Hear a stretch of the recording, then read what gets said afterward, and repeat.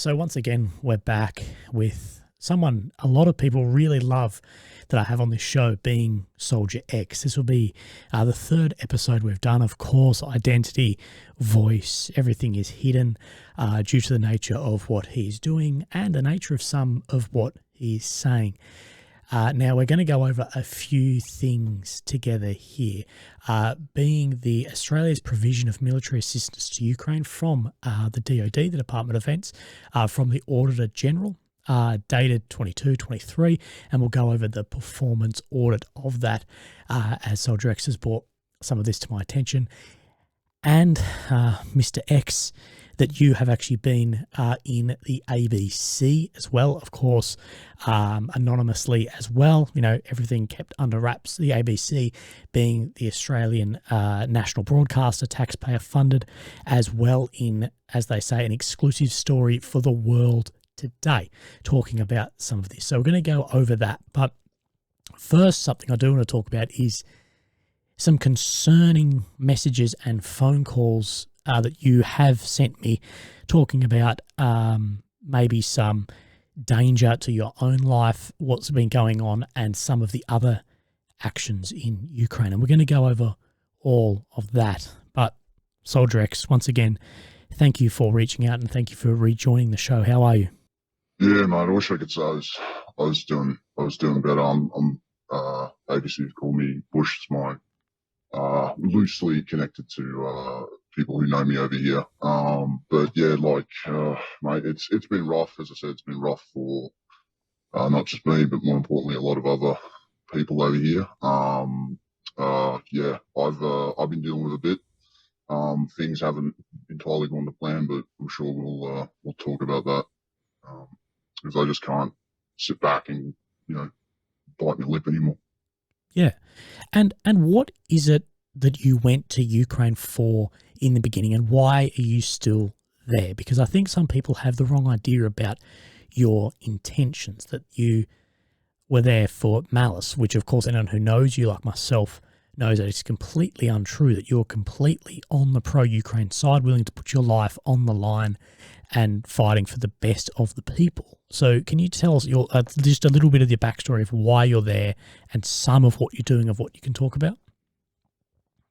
Yeah, sure. So I came over here. I have a lot of Ukrainian friends back home, and in my previous service, a lot of Ukrainian service personnel have looked after me in the past. I have a very strong connection because of that to some people over here, and also as someone with my ethnicity and background, which is a Jewish connection, I have a very strong feeling about what's happening here and the wrongness of this and the wrongness of what the Russians are doing. I've had personal friends be harmed over here by the Russian government, and it is so aggravating to see, this happen again. Never again is meant to mean never again, and there's a lot of people over here who believe that. That is very much why I came here, and I think personally, as I said in the ABC piece, I believe Ukraine deserves a chance. There's so many bright people here. It really has so much to give to the world. Some of the best and brightest people I've ever met are Ukrainians. So, yeah, I am more than happy to put my life and do whatever is necessary to try and protect the people over here who really do deserve a chance. Yeah. So what do you want to talk about today? What is going wrong? Why are you on the show today? Yeah. So I guess it's fair to talk about why things are at where they're at and what's happening. So as people have probably seen, the offensive is not going fantastically. In reality, of course, this entire period, I have largely not been giving interviews because I have been working with Legion. I have been working within the system. I've been trying to provide advice and support to people over here as much as I can. And for OPSEC reasons, I couldn't say a lot. Now everything has sort of come out, and people can kind of see what's going on. A lot of the concerns I and others have sort of been vindicated, and we have to we have to get that out there. We have to tell people. I have to show people to a degree what's happening, and I'm trying to do that as much as possible behind closed doors with both the Ukrainian and Australian government. At this stage, we have a report that is ready for them, for the consumption of certain people in positions of authority. At this stage, we unfortunately haven't received a response. Things haven't been moving very quickly. So, yeah, I'm here today basically to sort of just say very clearly that there are things wrong without saying too much, and I'm certainly not putting anyone in danger. Yeah, I'm here to sort of raise those concerns in the best way I can. So why is it now that it's sort of come out from behind closed doors, it's come out of the shadows, and you've approached now the media about this? Well, why do you feel that was the path to now take? Well, at a wider level, the war is not going well. It's unfortunately operationally, we can see the offensive really has, and there's been a number. There hasn't just been one. There's been about three. We're now on the fourth offensive, and they have all, for the most part, largely failed. There has been some gallant effort, particularly guys in the south of Bakhmut. There's a team there I know that they're trying really hard, and they are constantly being undermined by their leadership. They are pretty, relatively, from what I've seen, up to what we call a Western standard, and unfortunately, they're being let down by their leadership. I've also seen guys over here getting hurt. I've had my own friends sent to die. I won't get into too much of it, but I can say that our concerns are so grave. We had guys having their work, which could have saved lives. We had guys doing force protection, doing I can't say what, but ways of detecting Russian enemy transmissions. I can't say how they did that, but that capability could have potentially saved lives at the pizzeria attack up in Kramatorsk, and was sabotaged. It was stopped by leadership, and those guys were then sent to program radios. They were then sent to die later on when they would complain about that. And most importantly for me now, we're at a situation where Ukraine has expended a large part of its combat power. Offensive operations, we're getting to the sort of end capability of the ability for the Ukrainians to kind of do that. And if this war continues to protract, it will affect the safety of my country. Because China, as I've said previously, in previous interviews, is looking at this war, and their war planners are looking at how much territory has been captured, and they're looking at how many Solomon Islands, how many Taiwans can they fit in that territory. And showing this kind of weakness is deeply, deeply concerning, and I'm happy to talk to why some of that is happening today. Yeah, we will go over all of it. As we spoke on the phone over the last few days, and we text back and forward a bit. I'm going to take it a little bit easier today, just because I've probably overused my voice already today. But I'm sort of going to let you take the reins, and where this goes. And I'll just sort of steer as we go. So you spoke to me the concerns that you had regarding your safety, some of those around you. Being a whistleblower. Can you talk to that? Yes, so I have been personally, firstly, my friends have been targeted themselves. They've been sent on suicide missions. There is a number of deeply disgusting behaviors that's going on. We've had one team that's got almost over 100% casualties. It's not acceptable. I won't go into it, but I'll just suffice it to say, if this isn't dealt with, I mean, this all has to come out. In regards to me, I have been told by my chain of commands they are one, not happy with me, and they want me effectively out of the picture. I've been told by other people in the unit that if I go to headquarters, I will be killed. There are people who are after me. Now I'm at the moment I haven't been ordered to do anything. I'm following orders. I'm not AWOL in any capacity. I'm actually trying to help people, but I've just kind of got to do it very low key. That's what I'm doing at the moment. But I am scared that at any moment, because of the things that I'm disclosing now and the things that I have disclosed to the ABC and to others, who can it be disclosed to, my life is in peril, and it enrages me that after almost over a week now, since that ABC article came out, where an Australian senator came and asked the government to respond to my pleas and to just listen to us. I haven't even received an email from the embassy. I mean, other countries, the Israelis can evacuate people within 72 hours, and my government can't send an email. After I've contacted them, I've contacted them by multiple channels. I've contacted them by the embassy email. I've contacted them through contacts I have with the embassy. I've contacted them through my military contacts back in Australia, through the intel community, and we have not received any response from them or the defense minister and their staff. I don't know if the minister just isn't aware. I don't understand what's going on, but I am angry that my life and the safety of other people, more importantly over here, isn't being taken seriously by the Australian government. So you're basically saying that our government has hung you out to dry in a foreign country where you're there supporting the effort of which our country has almost put $1 billion into. You're supporting that same effort, but they've hung you out to dry on that when you're making suggestions or whistleblowing on how things could be done more effectively, efficiently, and productively. Is that correct?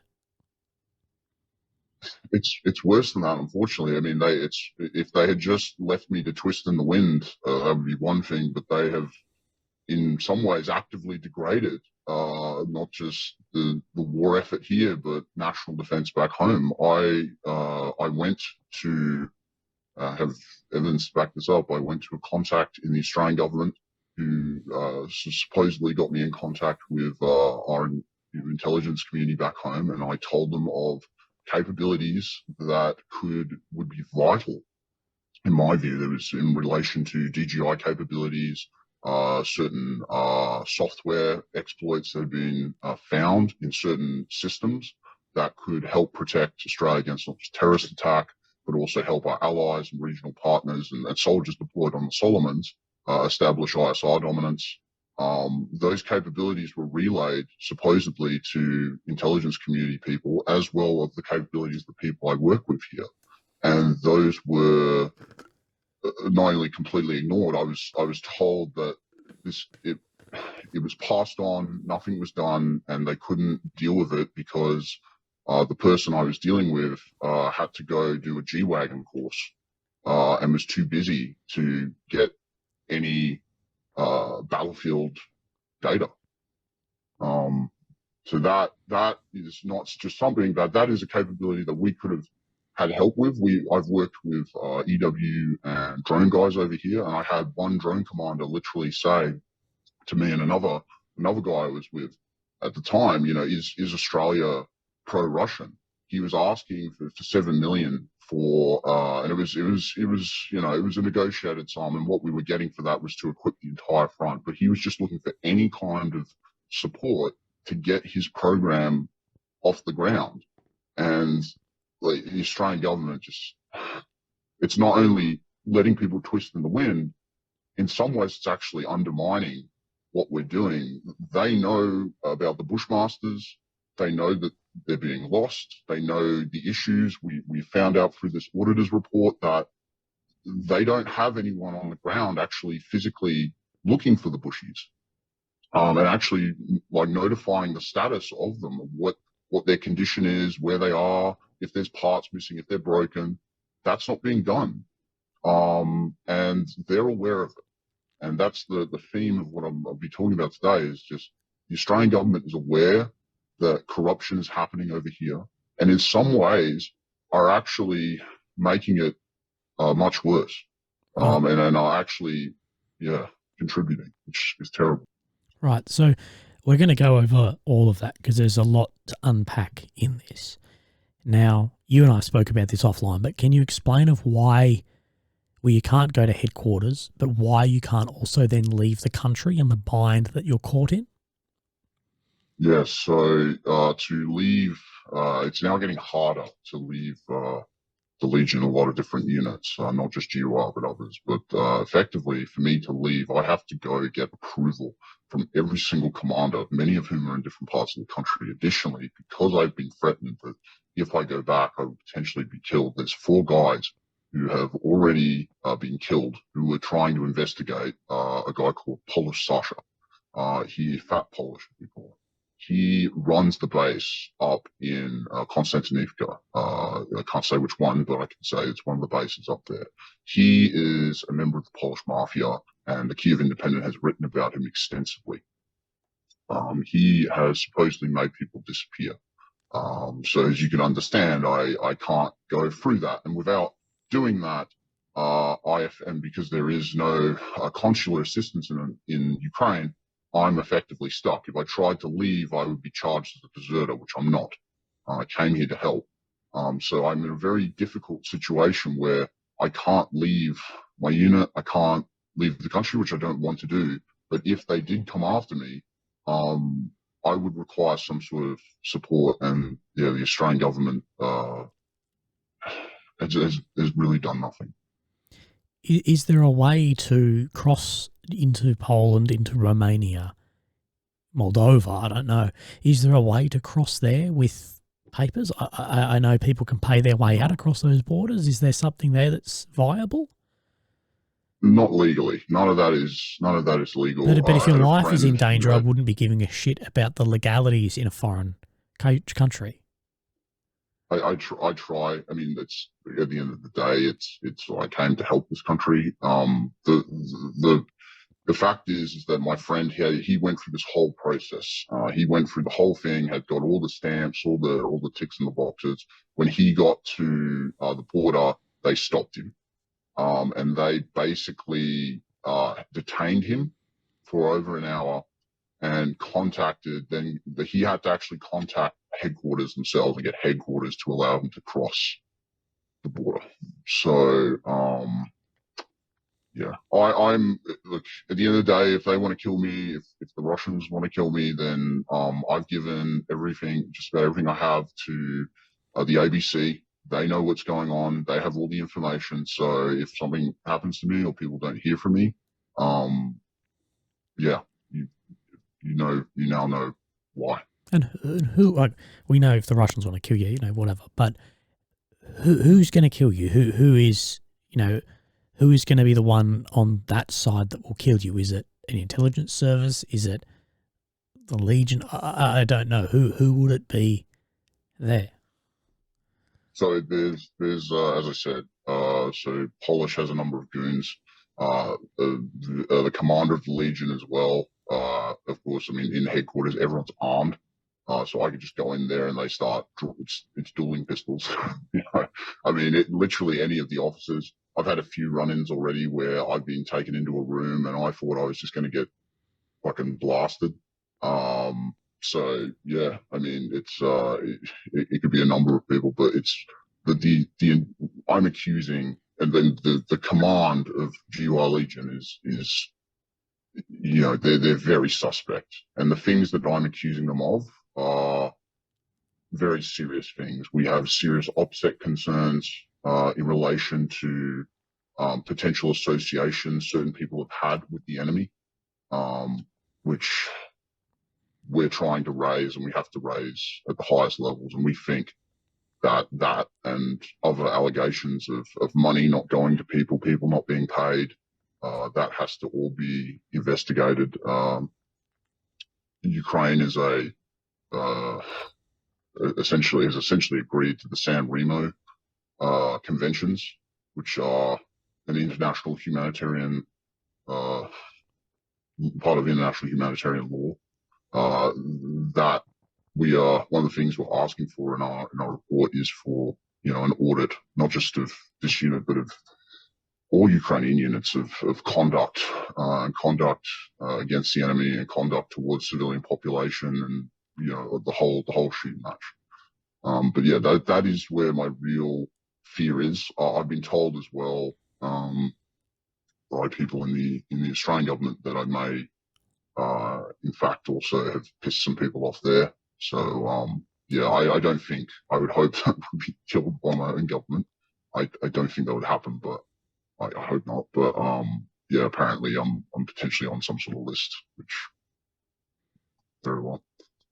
Right. Well, I think everyone from the West who crosses into Ukraine in some capacity, whether it be media, like myself, humanitarian, but especially those who are joining a Legion, you definitely go on a list somewhere. Now, is that a list of badness? No, it's not a list of, we're going to kill you or charge you, but I guarantee you're going to fight for a foreign country. You're going on some level of list somewhere that, if you get home and something happens, they'll pull it up, I'm sure. The intelligence services, as people I know who work in those services, well, they say we know a lot more about you than you think that we do. So I find that very interesting. And what do you think they'll find if they do those audits against the treatment of the Russians, the treatment of civilians, the treatment of their own soldiers, and then foreign soldiers as well?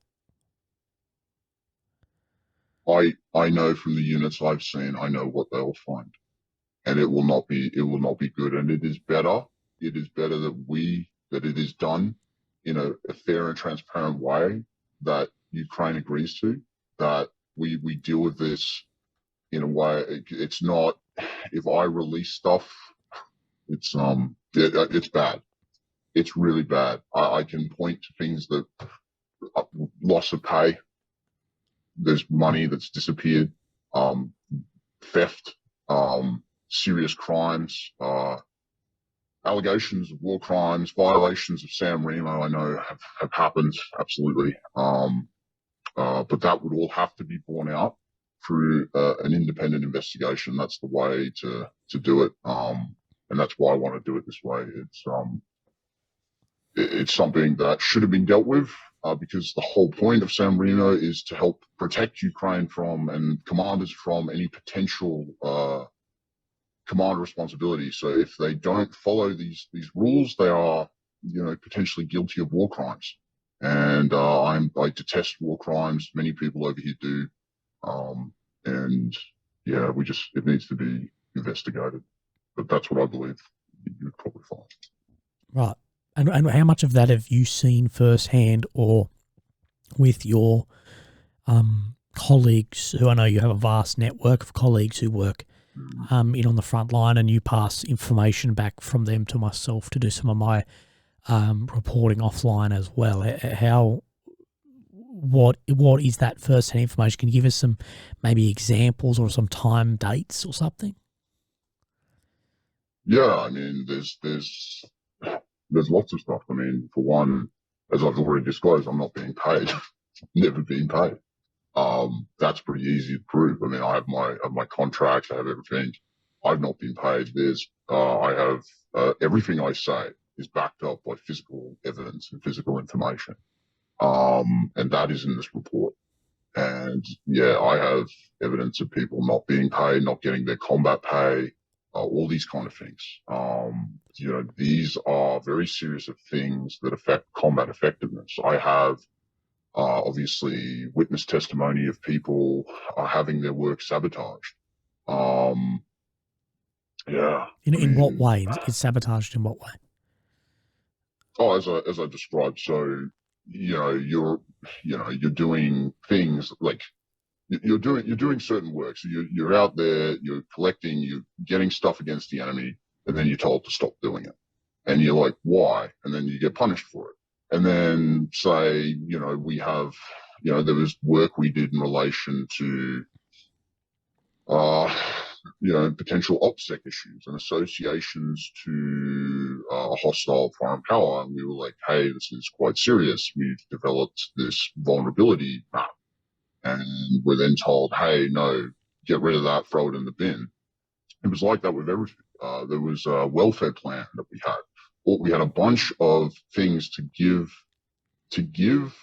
the Legion, GUI Legion, capabilities, Western style capabilities that in some ways even exceeded what you could get in the West for very little cost.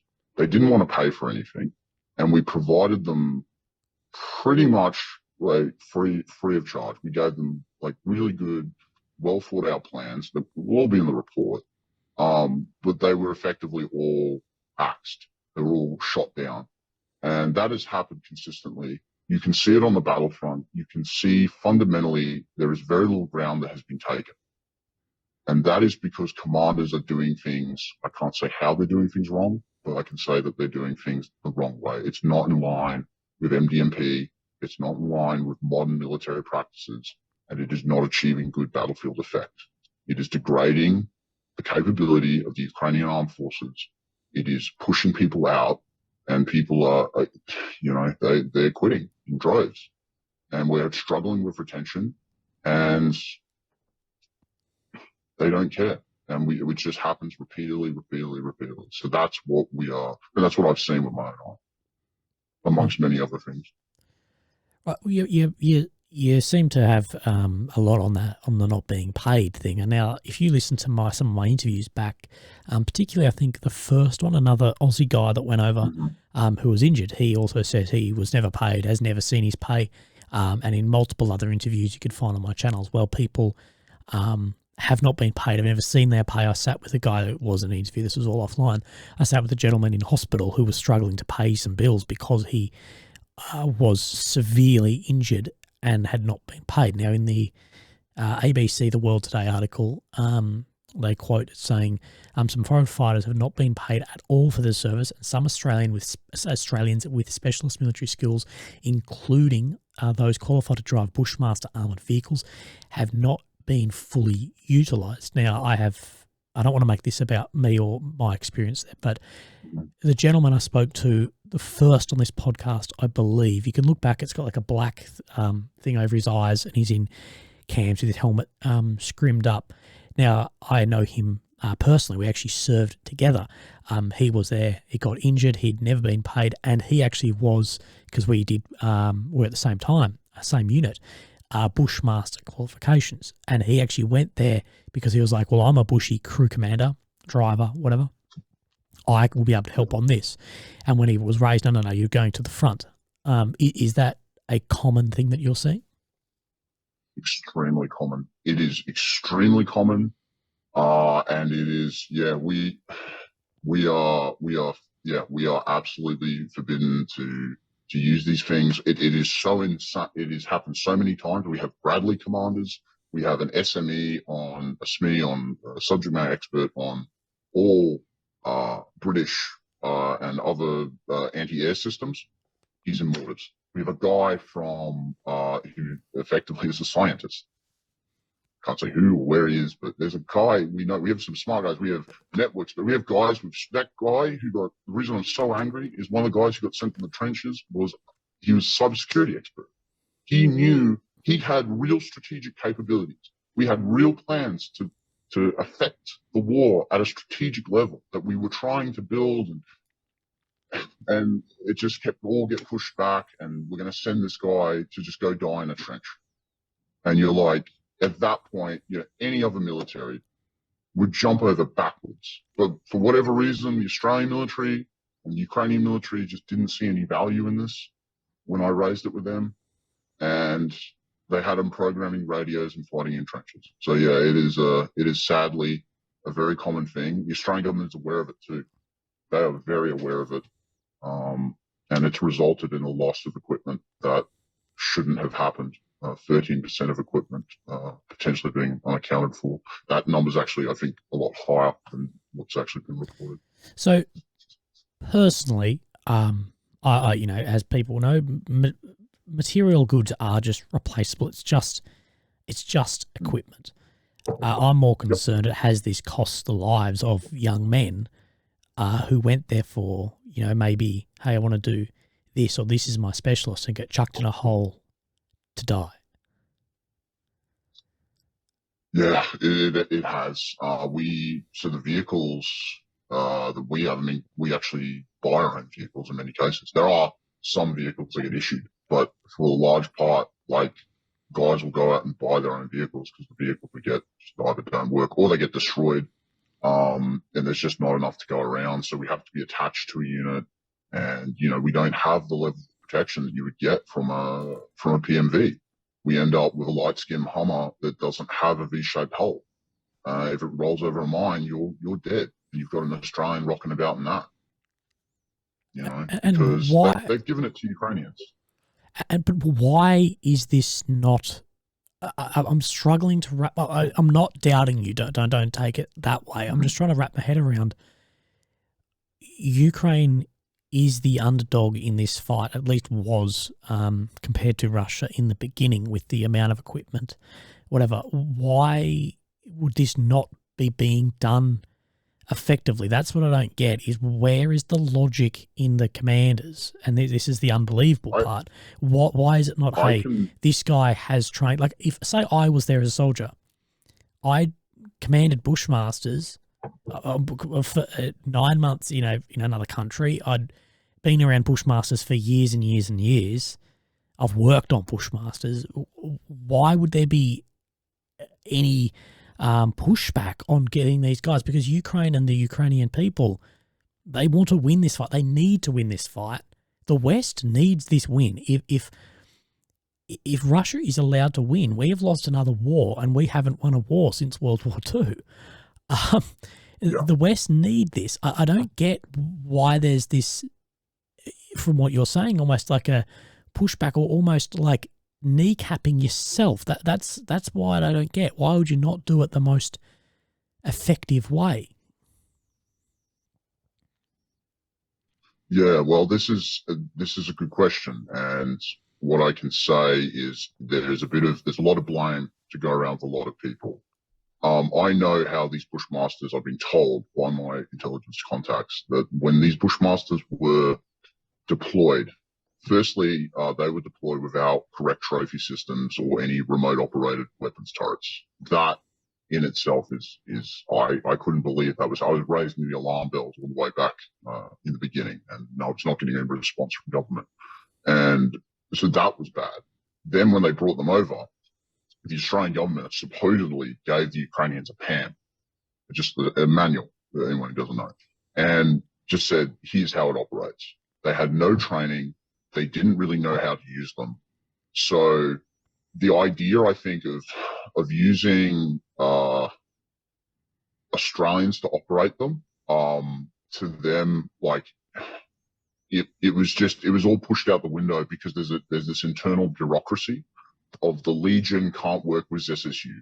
ZSSU can't work with GUR. GUR can't work with National Guard. All these different bureaucratic agencies. It's very similar in the ADF. We have this huge problem with bureaucracy. We can't work with each other. And a lot of the issues that exist with these commanders, where they have these little kingdoms where they've got their Bushmaster, and they're rolling around in this Bushmaster, but they don't really know how to use it.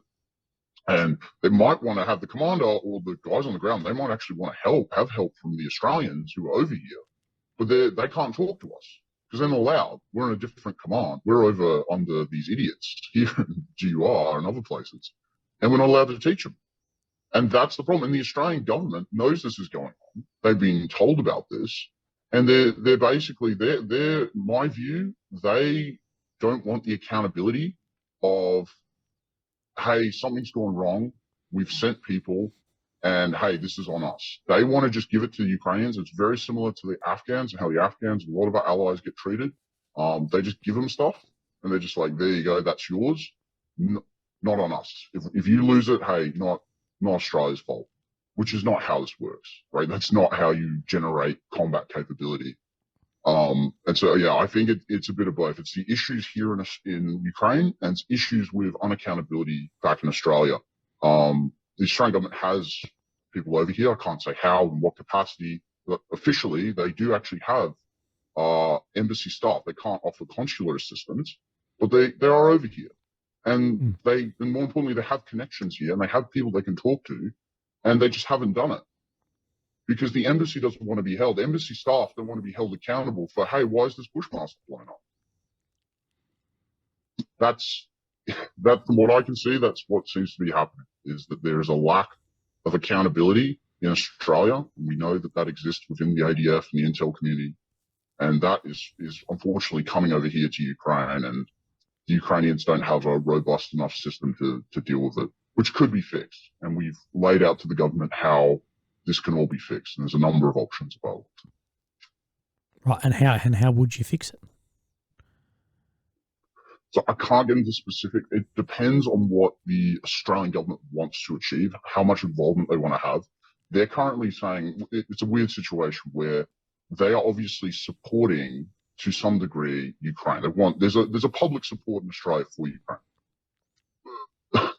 They're not getting, the Bushmasters aren't being bought off eBay. Okay? The Australian government's giving them equipment, but personnel, for whatever reason, they can't acknowledge that we exist in any capacity.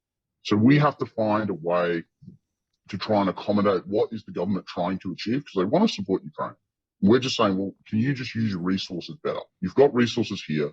Give us some contacts, or give us a way of interfacing with this a lot better, and we will deliver a capability to you.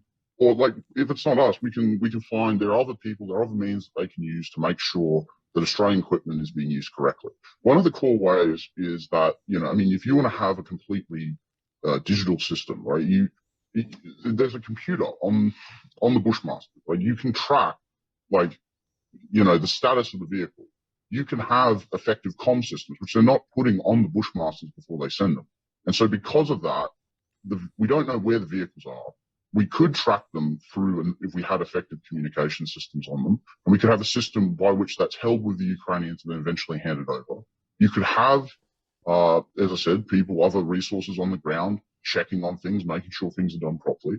But for whatever reason, they don't want it. What they want to do, unbelievably, the auditor's office, for life of me, I don't understand, thinks that using social media, going on Instagram and taking a photo and looking at a Bushmaster somewhere, that's good enough. Or we know roughly where that is. Like, it's not. I mean, if that's the system we're going to have, then why do we use radios on Talisman Sabre? Why do we have Blue Force tracking? Why do we have all these? Why do we have to sign for everything in the ADF? Because apparently it's good enough we can just take photos and shit. I mean, it's just a complete double standard. Unfortunately, this is the sort of ivory tower, fucking Canberra response, a sort of cucumber sandwich convention that I've been subjected to ever since I got here. Yes, and I did read that. I can't find it at the moment. I've got it pulled up, but it's I'm looking at this, the audit currently, and that is 72 pages long. Page 10. Yeah, page 10, 13% supposedly unaccounted for, not aligned with the legislative procedures that's supposed to be going on. As I said, the problem with taking a photo and using social media, the fundamental issue is you take a photo of something, well, what happens when it's not there? Oryx uses photo information for OSINT to catalog lost vehicles. That's fine because it's a destroyed vehicle. You can categorize that. But with a vehicle that's in operation, well, how do you know it hasn't just driven off somewhere and someone's taken the wheels off it? How do you know? If it's not being photographed all the time, we don't know where it is. It's not good enough for Blue Force tracking. It wouldn't be good enough for Australians deployed overseas. And this is what makes me angry, is that if it's not good enough for them, it's not good enough for Australians overseas, why is it good enough for the Ukrainians? Are they somehow less? Is my life somehow less than an Australian soldier on Talisman Sabre? I don't understand it. Well, that to me makes me very angry. There is a huge problem, though, and we're going to delve into this audit more. But one of the big problems, and you can probably speak to this more than I, is that there's so many different bits of equipment from different, of course, a Bushmaster is made by Thales, but then you've got the Blue Force tracker made by another company. You've got the radio stacks made by Harris, and all this other stuff. And this was reported as well with both the Leopard tanks and the Bradleys, that yes, they're getting the vehicle, but there is certain critical equipment, pulled out of it because the Bradley may be signed off or the Leopard 2A6 may be signed off to go, but Harris hasn't said you can send the fucking radio stacks, and Texas Instruments or whoever else hasn't said that they can send this or that within them. So there is a bastardization, for want of a better word, of some of these vehicles, and that's one of the things I've talked about, and I don't think people actually understand this, that imagine you've got your car, you've got a Toyota. Well, okay, Toyota make the car, but your tyres are Michelin, your stereo is Bose, your seats are Recaro, things like this. And if you were exporting that car, well, Michelin may not say no, and Recaro may say no, and Bose may say no. So that has to be stripped out. And I think, I know that there's been a lot of vehicles with a lot of absolute critical equipment stripped out because of those. The Australian government and Thales can send the Bushmaster. We can do that. But we can't send 500s, digital 152s, things like we have nowhere near the fucking capacity to do that. So I don't really know if that's on us. Like, I know we probably should supply something there, but I don't know where the solution actually would be in that with the Blue Force trackers, the training, the OPSEC of that.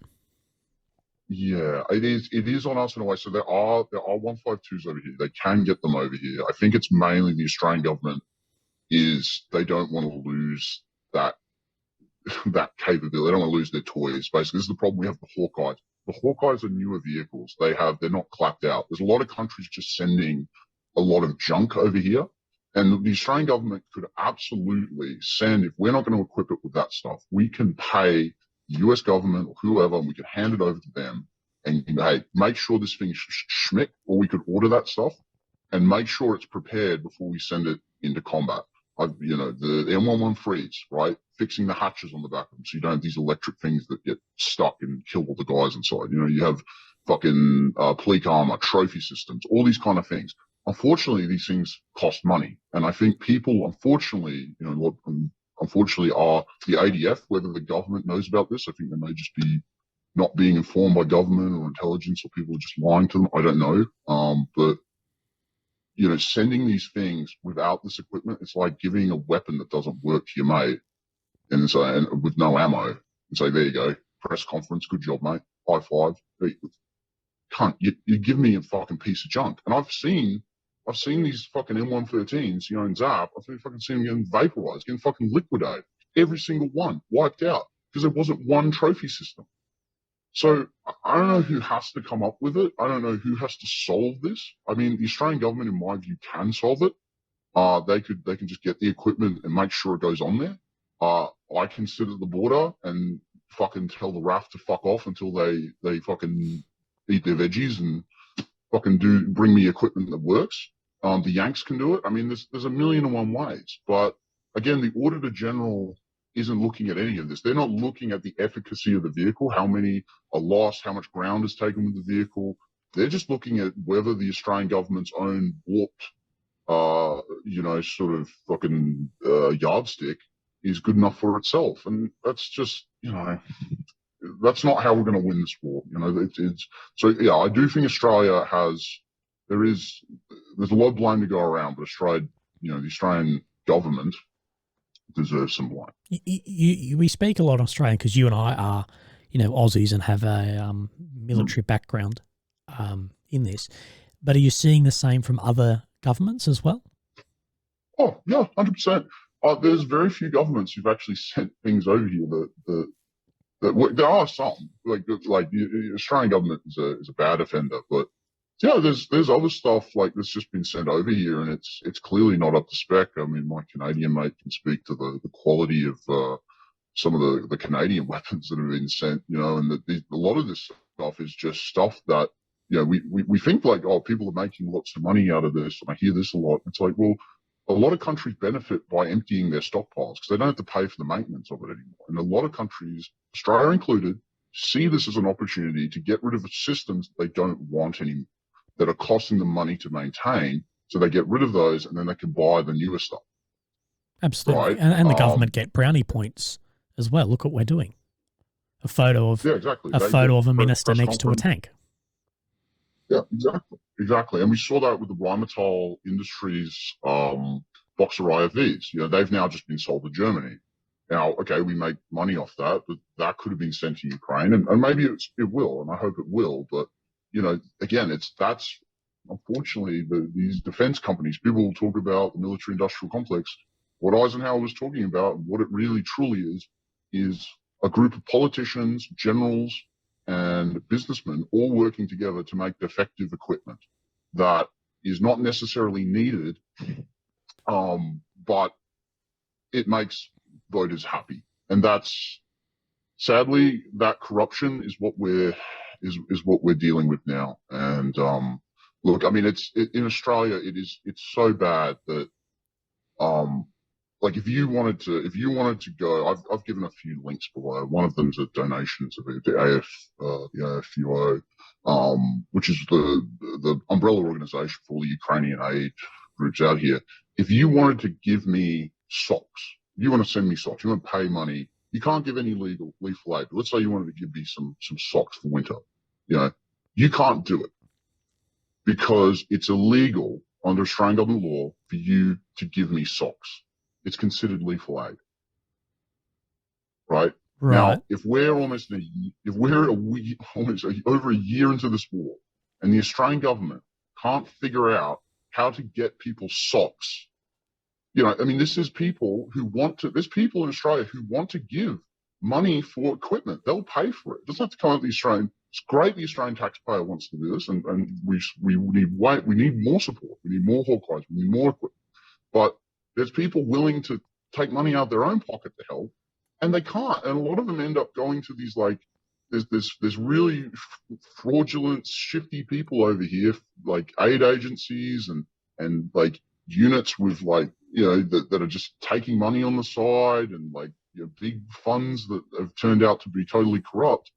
And that's what people have to navigate to try and help, instead of giving that money to AFUO and to people or Australians on the ground. And that's, the Australian government knows that's happening. I know that they know that's happening. And it's a question of, I hope that they and the Ukrainian government will do something to fix it. But yeah, that if it's that bad, if I'm calling out the auditor's office and we can't give people socks, I mean, we're in a desperate place. Well, let's have a look over this this audit. It's 72 pages long, but I did find it very interesting when I went through it, as there has been some dodgy shit done. And I'm just going to read out a couple of little bits here for people. So page 918 is defence advice to decision makers in the context of administration of financial assistance grants to NATO and the UK Ministry of Defence was not complete and did not satisfy all mandatory requirements of the Commonwealth grants, rules and guidelines. Now, the implementation of these goods, number 19, Defence relied on its normal processes for tasking relevant business areas within Defence and for those areas to understand and fulfil any obligations within their usual area of responsibility. In the context of urgent directions from the Australian government to provide military assistance to the government of Ukraine, Defence did not appoint a senior responsible officer to establish a task force to undertake planning or develop a bespoke implementation plan to guide the provision of military assistance to the government of Ukraine. Defence has not revisited its general approach to its planning. 20. Defence delivered military assistance quickly to the government of Ukraine. However, Defence is not able to demonstrate that all Australian government policy approvals were secured for 13.5% of the military assistance dispatched in 2022. This is valued at $36.5 million. Further 58 items with a total value of $38.5 million were transferred to the government of Ukraine without being included in the exchange of letters between governments of Australia and Ukraine. So what I'm reading into this is that the paperwork, what is sent, what's secured, what is able to be exported just was not done. It was packed up, sent, and not put into the amount that we have talked about. Is that your reading of this? Yeah, I mean, some of that I could like. Okay, they would come back and say like, "Oh, we needed to get it out the door quickly." What I'm seeing in and what I'm hearing from that is that they didn't want to put anyone in charge of this because it's the ADF. No, it's all about protecting officers' careers. It's not about defending Australia. That's the secondary, if tertiary issue. Protecting you, protecting your political master. It's always the so yeah, the whole process was rushed. They didn't fill out the correct paperwork, and because of that, there's a difficulty with the paper trail. Um, as I kind of sidestep this, I sort of say, well, you have a digital in the ADF. You know, we're rolling out this digital sign out system. We have we have mechanisms to make sure that things go to the right place digitally. Like you could have just paid for that system. We have the Alice system, right, which is like the automated logistics programs that we run on a lot of our equipment, right? You could have just rolled that out and given it to the Ukrainians. Like there's none of that, you know, and yeah, the auditor has, you know, found this. Yeah, well, 13.5% of the equipment sent, we don't have accountability for. And we don't know, and that number I can test, as I said, because it's probably a lot, because the way the auditor is accounting for it is through social media. So that's an issue. Yeah, but how is that fucking accounting for something?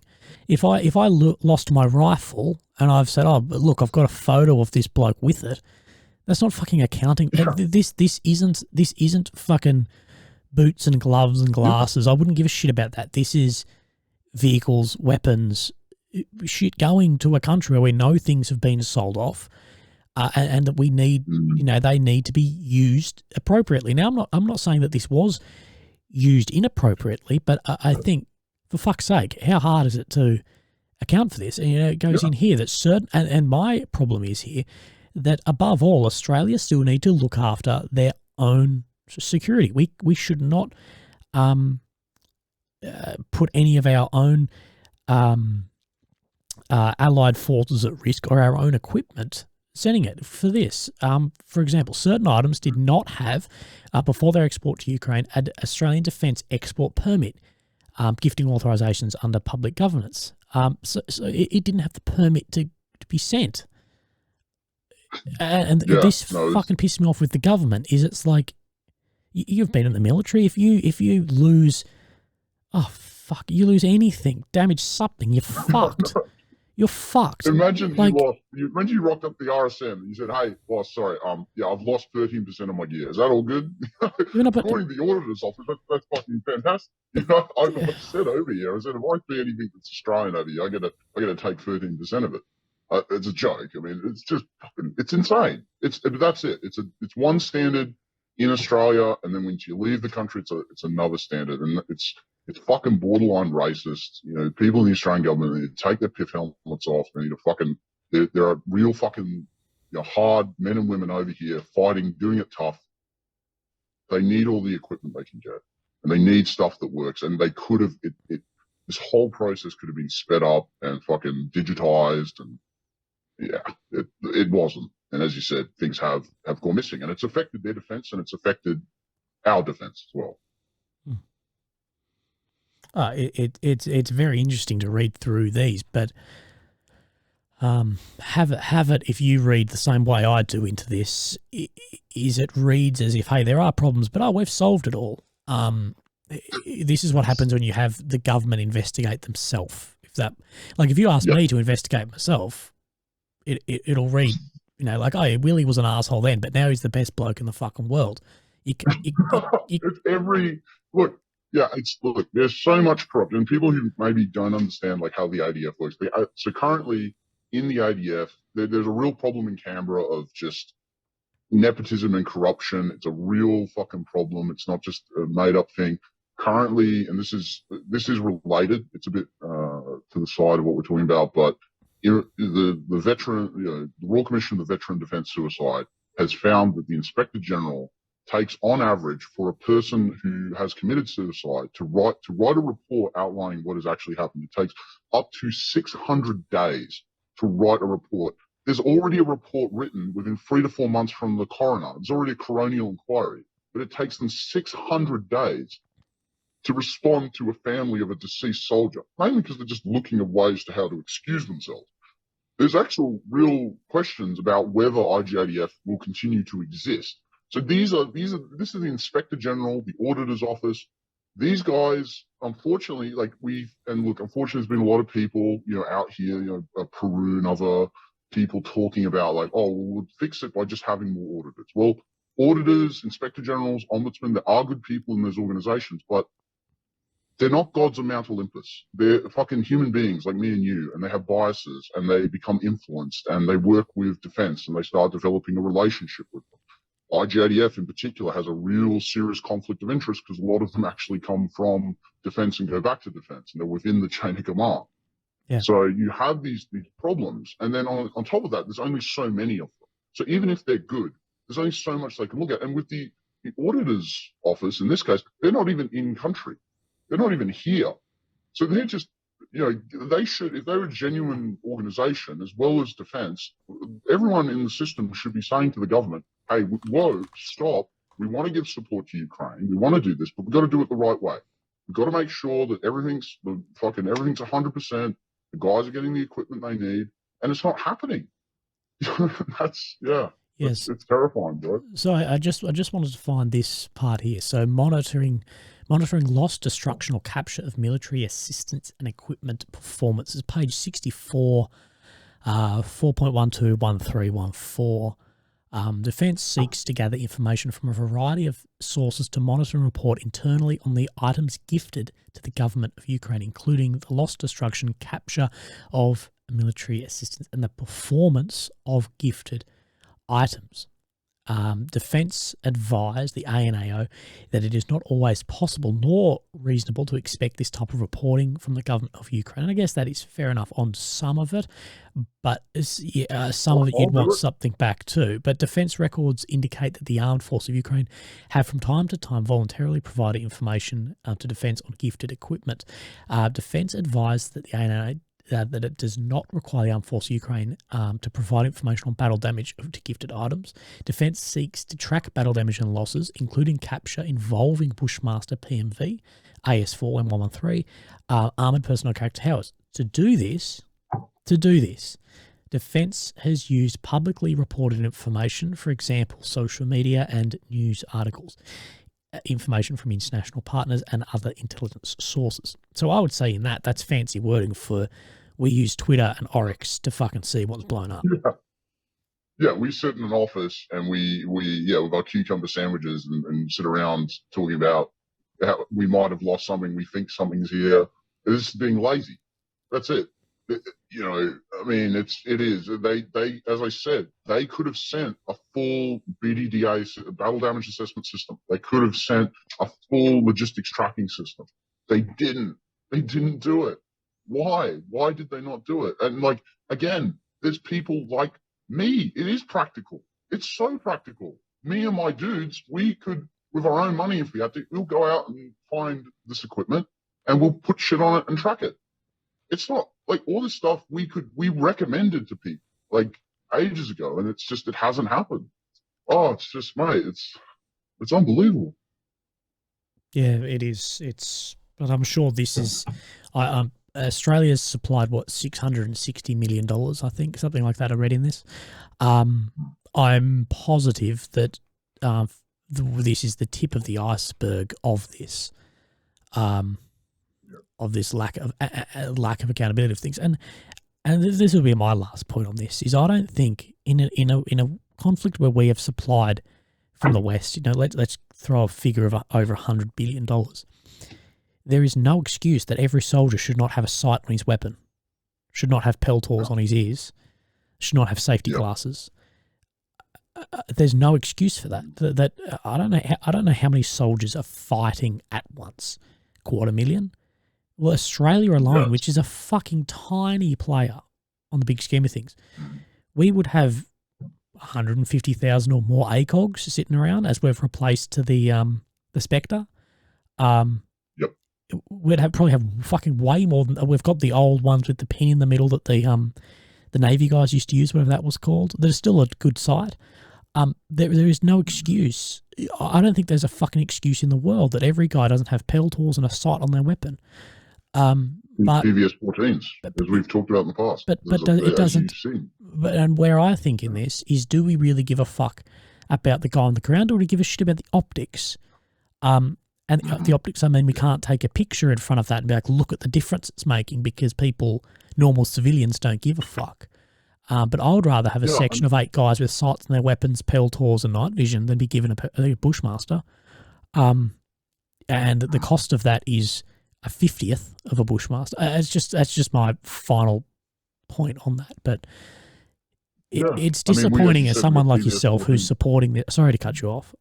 Who's supporting this, wholeheartedly, to see that a lot of it has been pissed up the wall. Mate, I had to pay. I do not. We have none of my guys or me we don't get issued anything.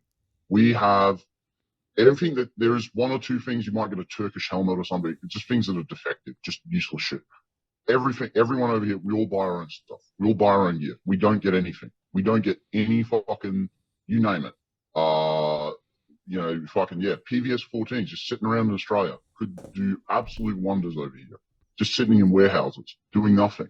And it's the reason they'll say, oh, well, contingency, or maybe we need it if the World War III breaks. It's like, no, the reality, it's the same with the Hawkeye, right? The Hawkeye's good to go. It's a newer system. If they reduce the amount of Hawkeyes, then there's less generals, right? If you don't have as many vehicles, so you haven't got as many units to command. So now you're affected. What do? You're not a general, you're a colonel now. Oh, shit. And this is the fucking problem. The other issue, too, is that the way they measure efficacy, it's ridiculous. They were using the PMVs as like IFVs. They were using them as infantry fighting vehicles. They were just driving up to the enemy. There's Ukrainians like sitting on top of them, just shooting the Mark 19 like at the enemy, and like what a surprise they got blown up. They're a PMV. They have to be used in a certain way. You have to train people how to use them. If they want to come up with new ways to use them, that's fine. But the efficacy of them, like if you use them as like these stupid Hummer charges that we see, with no fucking clear SBF, no proper like military procedure, you just have guys, charging at the enemy and they get blown up. I mean, that's not the correct use of that. But the Australian Army and the Defence Force and the intel community, they don't want to be held accountable for that. So there's this like weird disconnect where they've given this stuff, it hasn't worked, and they're like, oh, well, it's not me. What I'm saying is, well, it is you. You know where this is going. You know the efficacy of. I know the efficacy of you can drive into Buckman and the Highway of Death, and you will see at least about 4 different Bushmasters sitting there, just blown up, destroyed, because they were sent into the morgue. They were just sent in, and the fact that they're lost in service is one thing. The fact that there's stuff not accounted for and we're not 100%. Look, me and my guys, we want 100% of every single weapon system, every bullet, everything Australia sends to be used in the right way to help people over here and help defend Australia. Right? We need to turn this around. This war is winnable. I've said it so many times, but the hour is very, very late. And it's, we're not going to win this war by press conference. But how much of that, though, is on Australia? How much of that equipment, though, has gone there and then been misused? Well, if we had a proper digital system, like, firstly, we haven't trained the guys on. So the guys, like, driving up the road, they don't know any better. They've been given a PAM. I mean, imagine if you rocked up fucking to Afghan and you hadn't learned how to use the bush. They just say, here, mate, here's the Bushmaster. Yeah. It's just not good enough. Yeah. They know, we have officers, our leadership knows it's not good enough. People know it's not good enough, but they just keep doing it. So that, to me, is definitely a training failure. And we've seen it in it's not just Ukraine. We saw it in Afghanistan. We saw it in the Solomon Islands. We trained up the Solomon Islands Police Force. How'd that turn out? The Australian military has a huge problem with training. I've seen it with Kudu. I've talked about Kudu. I know guys in multiple units. We have seen guys come straight from Kudu and get destroyed, just wiped out. For those, they're learning about things for those unaware, can you just say what Kudu actually is? Oh, so Operation Kudu it's a wider operation, but one of the components is a training component. It's done by a multinational task force that includes Australia. The idea is to train up Ukrainians to a Western standard. In general, it is sort of, there are some things that are taught that are use, but it's somewhat floundering. They're teaching things like, and I don't know the specifics because I've actually contacted the commander of Kudo, given his contact details by my chain of command, and I offered to, we were, hey, these are the things that your guys need to sort of be doing. We got obviously no response from him, and again, he doesn't care. That's fine. But we told them all of this, but they're learning things like how to set up a hoochie. Yeah, right. Stage-free pits. And it's just anyone who's been over here, knows just that is not useful at all. Like, you're just wasting, we don't dig pits. We dig shell scrapes if you have time. You blow up pits. You have things pre-dug. You don't, digging pits, it's not practical. But it's, again, the Australian military, it's that box ticking culture that we have in the ADF, which is affecting national defense, where we have this, oh, we did something, box ticked, optics. Let's do a snazzy video. Let's have the media cell fucking jazz it up. And yeah, that's good enough, as opposed to actually looking at this, seeing how effective this is, having sending all of our bushies to one unit. That's like, hey, you guys, we're going to train you up. This is how we use it. This is how we use it back in Australia. You're in charge of it. You're accountable for it. It never happens. And I know why it didn't happen. They don't want to be held accountable. Well, there was a similar instance with the troops training in Germany on the newer armoured vehicles. What do we do? And this is translated online. What do we do if we come up to a minefield? I'll go around it and try not to get in contact. And then what we have seen is these drills in Bradleys and Leopards into minefields, and them get absolutely obliterated by minefields. It's. Yeah. I think there's a lot of accountability that people are stepping away from. Yeah, minefields or arty. Any artillery is a big problem. Oh yeah. So sort of somewhat moving on from that, if you got any more, please just chime in. But when we spoke on the phone a few hours before I was at the movies, you spoke about China with equipment and DJI. DJI, of course, being one of the biggest drone, maybe the biggest drone producer in the world. Can you speak more on that? If you haven't got anything on the other topic.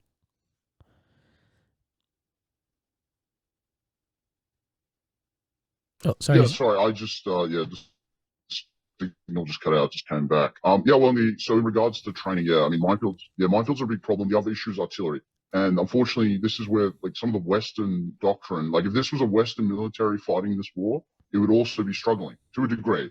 Obviously, Ukraine is not mastered combined arms, and that hasn't been done properly. But the problem is, until we've told people over here repeatedly, until you destroy the combat system, until you destroy artillery, these maneuver advances that they're being told to do, they're not really practical unless you can destroy the artillery, right? Because you're just going to get schwacked, and they're like, oh, we'll just maneuver, which is what these guys are being taught. And I'm like, how the fuck do you maneuver? This thing the Muster has a 32-kilometer radius. If the only way is to advance to the rear, get the fuck out of its range, or advance forward and destroy it, raid and destroy it, right? They're being given this impossible task. And look, they're struggling with combined arms and all of this, and that comes down to a lot of the training. It's just not happening. There's a lack of ISR dominance, and we've laid out a very clear plan to multiple governments of how to fix this, and it can be fixed, but it's got to move at the speed of knots. In relation to DJI and China's influence, they've been here for a long time now. They're stepping up support over here. It's armored vehicles and stuff, but there's more stuff happening behind the scenes. There's talk about artillery systems being replaced. There's talk about more drone support. Tons of drone support is already over here.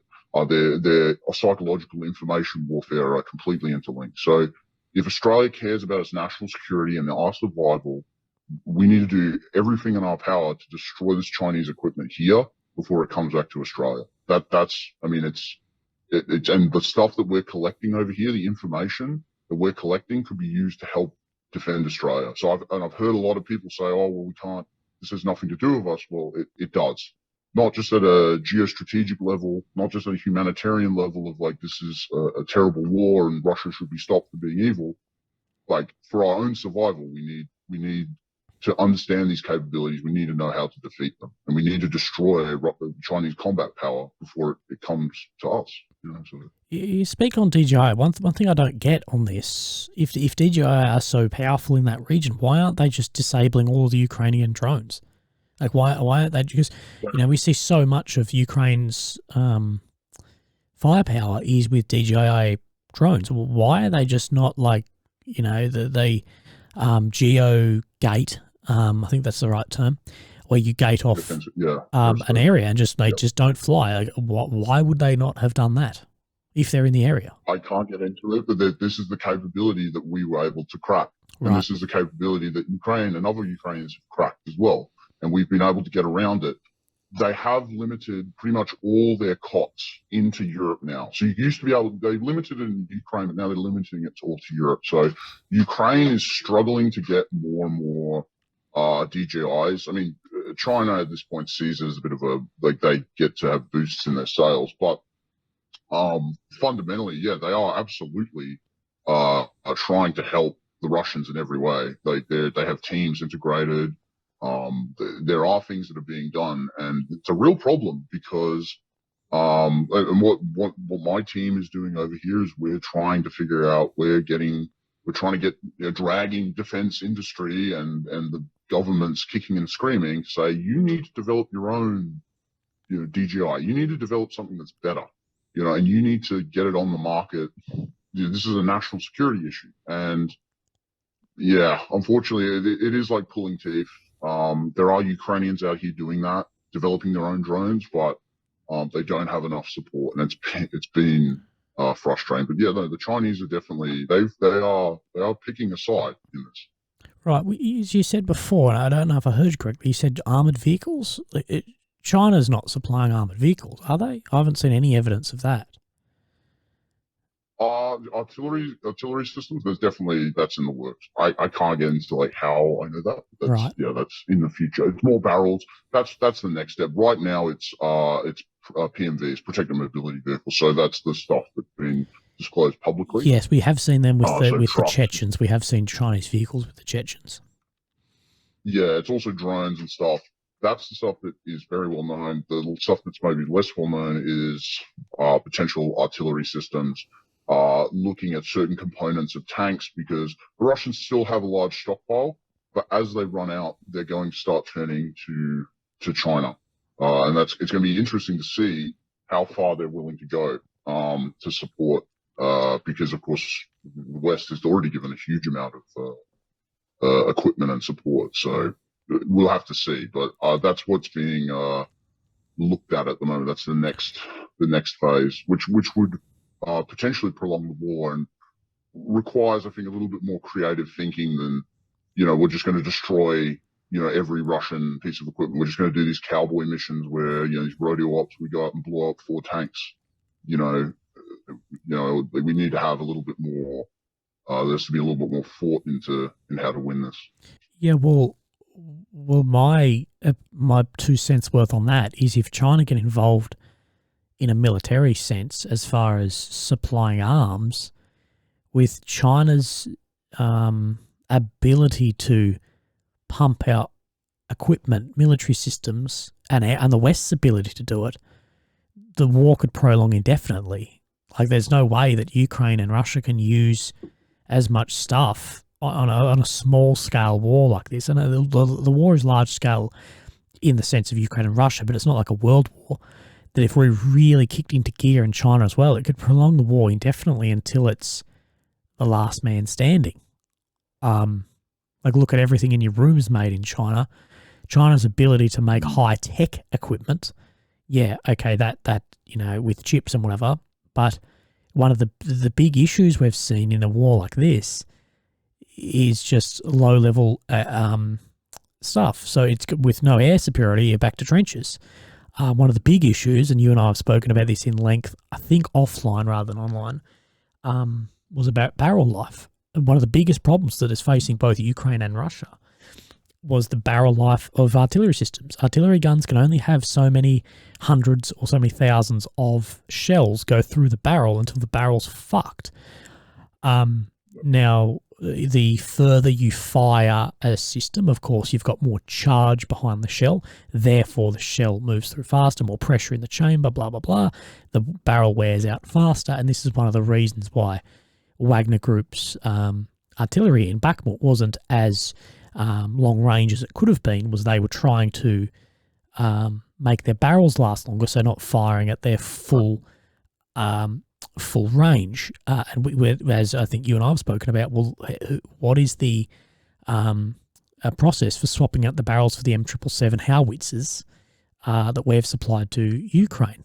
And as well as those can't have that many rounds through them. The Americans wore out barrels in Syria, and they're not firing as many as they'd be firing there. That if China starts applying things like that, that really, I think if personally, and this is getting into speculation territory, but I think this war, is growing more unpopular as it continues amongst the average person. And I think if China were to get involved and therefore the war getting larger, I think the support, I'm not meaning military support, I'm meaning just everyday people, but everyday people vote for who's going to be in charge. They will be like, holy shit, this isn't located here anymore. This is spreading in between two superpowers, and one of which could really give us a run for our money, being China. That's a big concern if China really pick a side publicly, and go from there. I think that's when we'll see a shift, because they could potentially supply things almost indefinitely. I would. So there's a few caveats. They would have to. So firstly, they would have to scale up production, and they would have to get it into Russia and then get it forward deployed. So they would have to. They're looking to do that now. They're looking to build up those logistical chains, but they haven't started full scale production of deployment or development. That would take time to get to the front. In that time, the West still has time to turn this around. The Chinese and Russians will go with a quantity over quality system. We will have the advantage of quality. Our barrels in general are a lot higher quality and they last a lot longer. And we will be able to get more of them. So we have more range. The Russians will have less range, right? They'll have more, but we might not necessarily have as many. The Ukrainians are already experiencing and have experienced shell hunger, all these kind of issues. It's mainly due to the issue of ISR dominance, though. The Ukrainians don't have and weren't given enough drones at the beginning of the war. And the Russians, unfortunately, have a persistent ISR capability from the start attached to every one of their batteries. They have all-an attached to all of their batteries, so they can hit most Ukrainian positions where Ukrainians are struggling to hit back. It's not all batteries or gunnery systems, but it was things like they were sent the M777s without the proper targeting computers and things like that. I'm like, how do you expect them to hit any? And this is a problem, and it's a problem that me and my guys are trying to fix. But it's unfortunately there's been a lot of cavtards, we call them in the infantry, fucking roaming around saying that the tank is going to win the battle. The tank will defeat. Oh, there's X amount of leopards and there's X amount of. Well, guess what? Most of that stuff is being used as artillery. Most of them are being. That was the lesson of World War II, right? Is tanks got turned into assault guns because they're cheaper. You can hit further. That's how it is. It's artillery. The Germans figured out in World War II that, right, we have to stop the Russians, we have to stop the Soviets somehow. How do we do it? Oh, we'll use artillery because it extends the range at which we can react. So we don't have to move these large formations and take up more and more resources. So that's why you haven't seen these large maneuver battles, is because until that's destroyed, and you can destroy it either through counter battery fire, drones, or air power. And that's a big way. And Ukraine does not have the air power yet to start launching those events. And unfortunately, as I warned, and I told you in private, and I've told other people that, sometimes publicly, is that these defensive positions were underestimated. And, that there's a lot of reasons why air power will struggle against that. I can't talk about how, but there's reasons why it will struggle. And unfortunately, Ukraine is learning that lesson. So where does this go from here? What's next? Where do you see the next few months of this offensive? Maybe the next weeks into winter. How does this happen? Where does it go? I think I know where I want it to go, but I know, look, the Russians are on the ropes. They are economically struggling, but so is Ukraine. And Ukraine desperately needs to end this war quickly and decisively. Unfortunately, we now have, there's almost all the combat powers gone. So they will now have to reconstitute and lick their wounds and rebuild for an offensive. And that means doing what a lot of people said they had to do in the beginning, which unfortunately didn't happen, which is training to a proper standard, having proper combined arms training, proper effective units. And we've laid out how this can all happen. If they listen to that, if they actually train for offensive operations and actually prepare, you know, they could be ready in the next 6 months or so, or maybe even sooner, depending on how efficient they are for another offensive. That's a long time.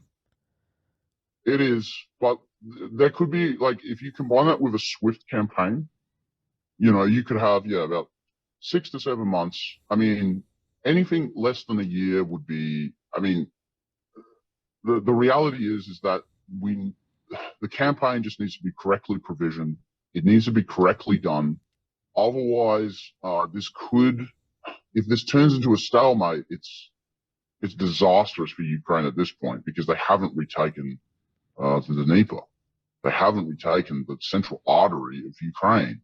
And without taking the south, they can't threaten the Russians in the Black Sea more effectively. So it's a disaster, really. And look, it is still winnable. It is, but Ukraine doesn't have many more chances with this. The public will, I think, continue to support. The problem is that governments, I think, will start either infighting with each other, as they often do, or they'll look at China and see that as somehow the bigger threat. Which, I understand why people think that, and it's not. But I mean, China's focused here at the moment. I would say that we need to lick this, win this here, use this as a chance to rebuild a very broken Australian Defence Force and develop capabilities over here, and then bring back as quickly as possible those capabilities to defend our region. But that's my assessment. Whether the government will listen to that, we'll have to see. But I mean, going forward, I mean, the Russian economy is struggling, as is the Ukrainian one. I mean, they both have huge current account deficits.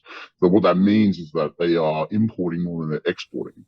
And that means that they effectively are they're turning into essentially failed states slowly. They're losing their ability to function as workable governments. And it's a question of who's going to collapse first, who's going to blink first. Are the Russians going to break apart and turn into little different separatist states?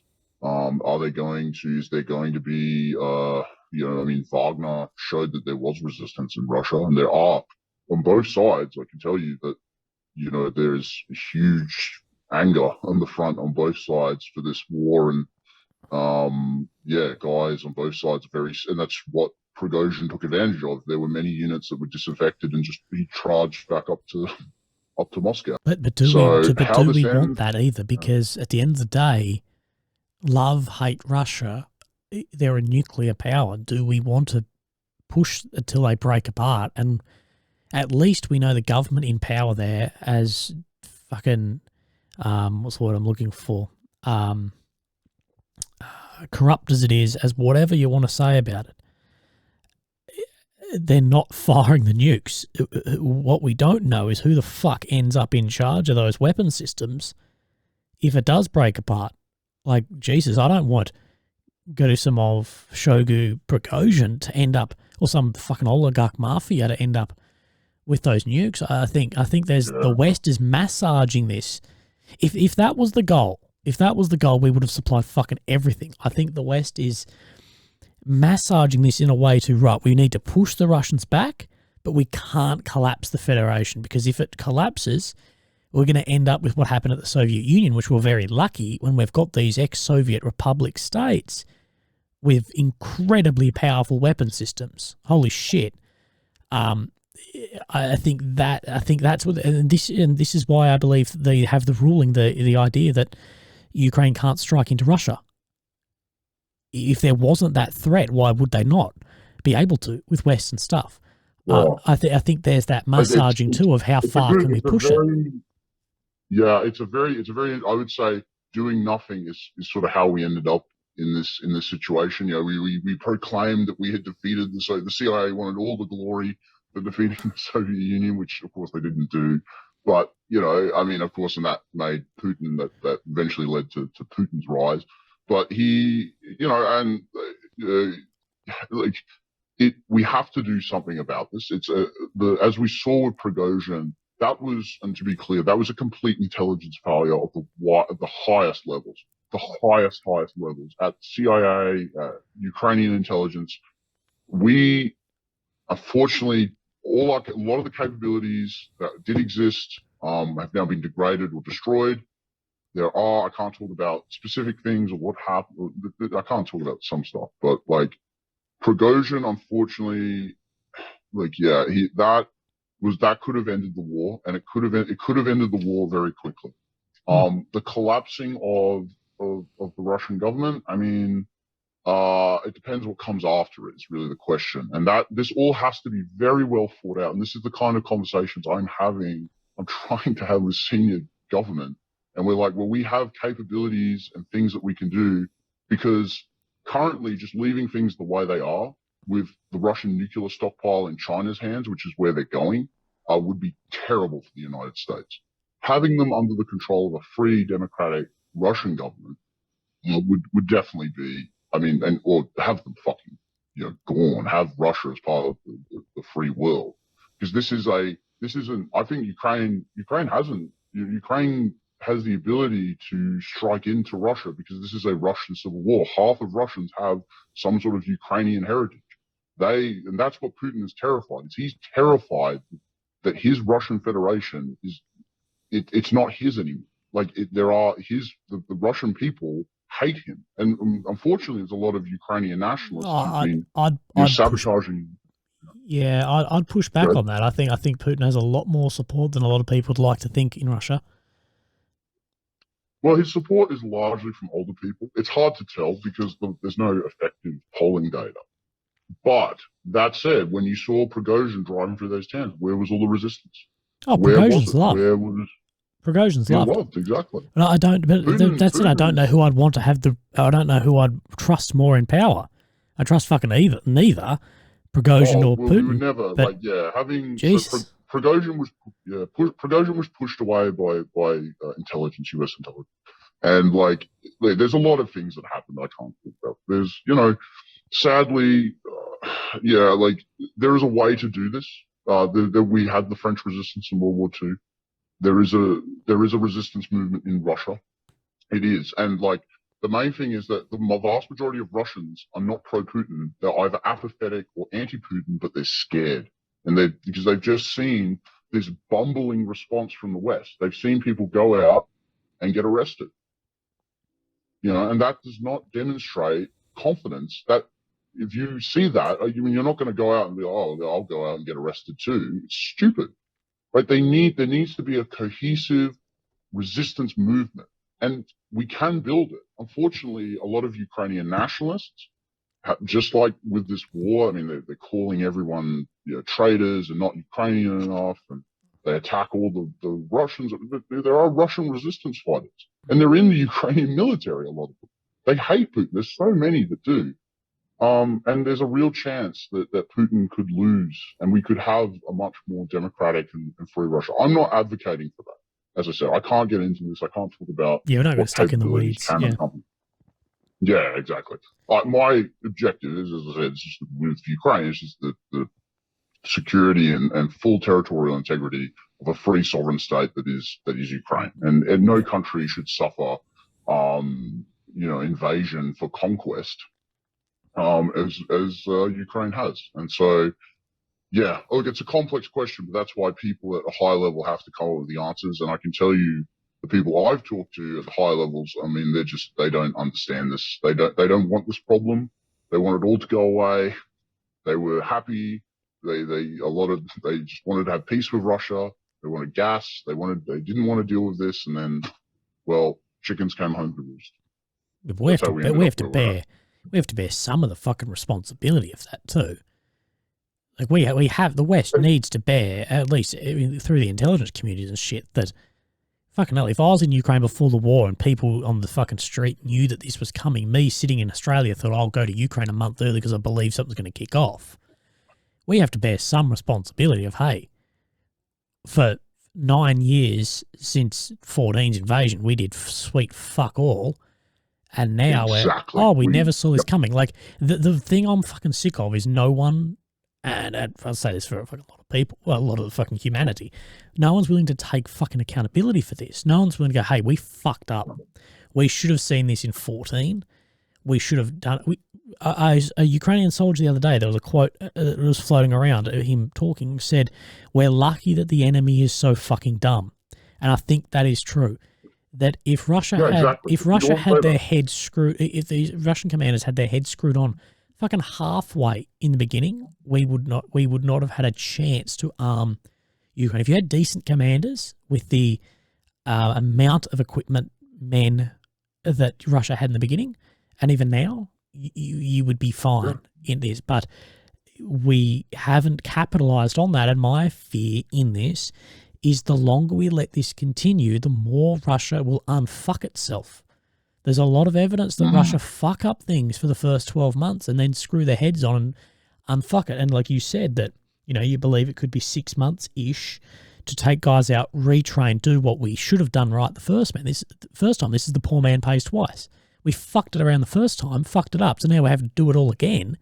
Well, what the fuck? Now we're 6 months behind, and, in the amount of time it took us this whole year, to take guys out, train them, bring in these new equipments, the bureaucracy of trying to put in tanks that were outdated 30 years ago, to bring them in, Russia has set up the biggest defensive positions we've seen since World War II, and none of those main works have been breached.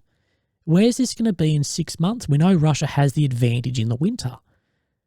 This is not going to get better. Russia can mobilize more people. It can train more people. It can see the mistakes it's made. It can have people come in from China, whatever, and help out from there. Shogu today was with the leader of the North Korea. Now, North Korea is seen as a bit of a meme, but they've still got a lot of shit. Like, at the end of the day, North Korea is a meme because we've made it a meme. But they've still got a lot of ex-Soviet hardware that Russia is desperate for. The longer this goes on, a lot of artillery. The longer this goes on, the more powerful both countries become. Therefore, the least likely there is to be some overall outcome other than just a meat grinder of guys on the fucking front line. We should have squashed this when everything went to shit in the first month of this. The closing point. Well, that's the thing. Sorry, you go. Yeah, no, that's the thing. When I have these tankies, they're like, oh, there's a secret CIA army came in and helped Ukraine win in 2014. Like, oh, the CIA army and the fucking NATO mercenaries and the NATO. It's like, fuck off. What are you talking about? I don't get paid. I fucking don't get paid. 1, 2, you think the CIA is that competent? You think any intelligence service? Like, we just left Ukraine to complete, like, the drone issue. We could have given them how many drones? But there was just so many rules and restrictions, and now we're in giving drones to Ukraine, and now we're paying for it. Now we have to play catch up, and everyone's pretending that everything was done perfectly, and you didn't do it. Just do it the right way the first time, and you're right. Someone needs to be held accountable, and if it takes fucking Jackie or whoever in the Senate or whatever politician is the bipartisan issue, I don't care who's behind it, going to the head of the intel community, going to the commander of Kudu, going to the CDF, the commander of ADF, say, please fucking explain. If that's what it takes, then that's what it fucking takes. Because this will affect not just Ukraine, it affects all the other conflicts we're in. It affects the Pacific and how we're dealing with them. If we don't have the capability to deal with this, how are we supposed to deal with any other future? And what message does it send to the region? To the region, our regional partners, the developing countries, that we're struggling with this. You know what I mean? Yeah. Yeah. What do you make of Wagner Group moving to Belarus? Uh, we'll have to see. I mean, so what we call Wagner is largely under Russian command now. It's been reconstituted and mixed with different units. Um, it is a concern, particularly as Ukraine has its reserves depleted. They're not at any kind of staging area on the border yet, so I'm not too worried for any kind of imminent offensive. Ukraine also has some reserves, but yeah, look, Wagner, as I said, they've struggled operationally, and I've talked about this in the past. They struggle at operational planning. So, but tactically, they're more proficient. Of course, yeah, Prigozhin is is largely he's up in the air. So yeah, we'll see what happens. I mean, yeah, I they took them off the front, and they largely were reconstituted anyway. A lot of the guys Prigozhin stormed Russia with weren't entirely Wagner. They were actually disaffected Russian soldiers. So there's still a possibility of Russian insurrection within the Russian like morale is fucking terrible. I mean, that's why Ukraine has taken the ground it's largely taken, is that their morale is terrible, their defensive works are poorly constructed, and that's what's largely kept us going. The Russian But defensive yeah, works. I've heard yeah. or I think it shows very to the contrary. What is happening with these very ineffective breakthroughs is the defensive works are a lot better set up than we thought they were. Well, the recent breakthrough now in Rubizhny and a couple of other places, like there have been breakthroughs, and like they're not impenetrable. They're actually not that well put together. They're actually which is an indictment of the offensive, that they've struggled so much with them. I mean, now if you look at the main defense, one of the parts of the main defensive line has recently fallen.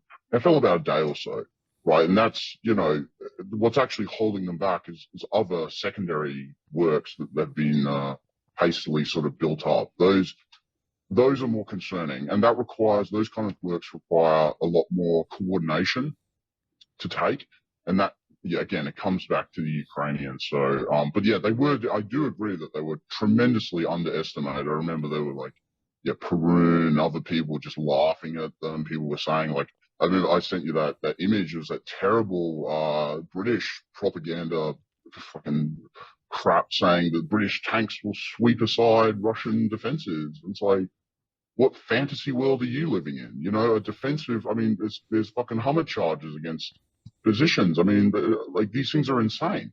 You have one ATGM, you have one fucking anti-armor weapon, and you can destroy any advance. And oh mate, it's such a clusterfuck. But yeah, it's not that they're great defenses. It's just that the attacks are not being done properly. Well, mate, I don't know if there's anything else you haven't mentioned in this that we wanted to talk about. Is there anything you can think of? No. Sorry, mate. Yeah, it just cut out there. I finished my rant, and then I didn't hear anything. Did you say something? Is there anything else we haven't talked about that you'd like to talk about?